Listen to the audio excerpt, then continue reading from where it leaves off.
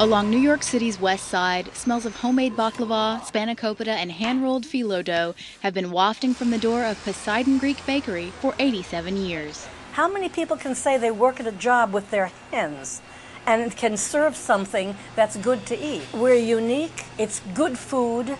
It's something that's been handed down now. Paul is the fourth generation. As Poseidon's owners, Anthony and Lily Fable, near retirement, they plan to pass the business and the property onto their son Paul, a decision no one in the family took lightly. The idea of closing the door and never making another baklava, how will we live with that? It really boggled us. I thought long and hard about it, and I said, this is a wonderful opportunity for my family. There was a lot involved for me to make that decision. The family business includes the bakery and the building that houses it. The truth is that we own the building, and if I didn't own the building, this type of small business would be very difficult to run because of taxes on the building. When Anthony Fable stepped out of the business 10 years ago, the family put a preliminary succession plan into place by creating a joint venture between mother and son. Good afternoon. I see myself working at least another 3 or 4 or 5 years. Right now, we just have a partnership that says Lily Fable and Paul A. Fable. Financial planner John Graziano says a succession plan like the Fables is a good solution for many small business owners nearing retirement. Partnership can be set up to transition into the child's name just as a corporation or any other type of business. Typically, you would have the business evaluated to put a number on it and then transfer percentage ownership. Each person's entitled to a $13,000 annual gift. So perhaps the parents could start gifting the stock to them. Nothing goes to waste. By them planning to say, hey, we have a 5 or 10-year time horizon, they're able to minimize taxes, as opposed to the person that did nothing, and God forbid something happens to the parents.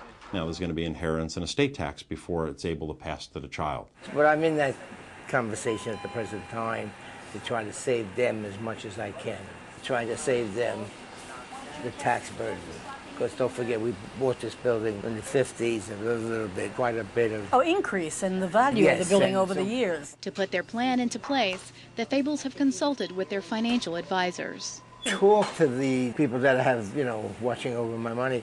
They want me very much to go to estate planning and do something. I'm, hesitant. I want to make sure I go in the right direction. But Graziano says sometimes several experts are needed to advise on more complicated succession issues. Usually it's a team that would consist of a CPA, an attorney to handle legal aspects of it, maybe a financial planner to say, what are we going to do in our retirement? Over the years, the Fables have managed to save for themselves in the form of stocks and an IRA while still saving for their business, something often easier said than done, according to Graziano. The one thing that they often don't consider is, this is a nice idea that I pass the business on to my children, but if that is my biggest asset, the business, and now I'm not going to sell it, do I have the funds and the means available to sustain a happy retirement? Both come from European backgrounds where, since the time we were very little, when you worked, you saved part of what you earned.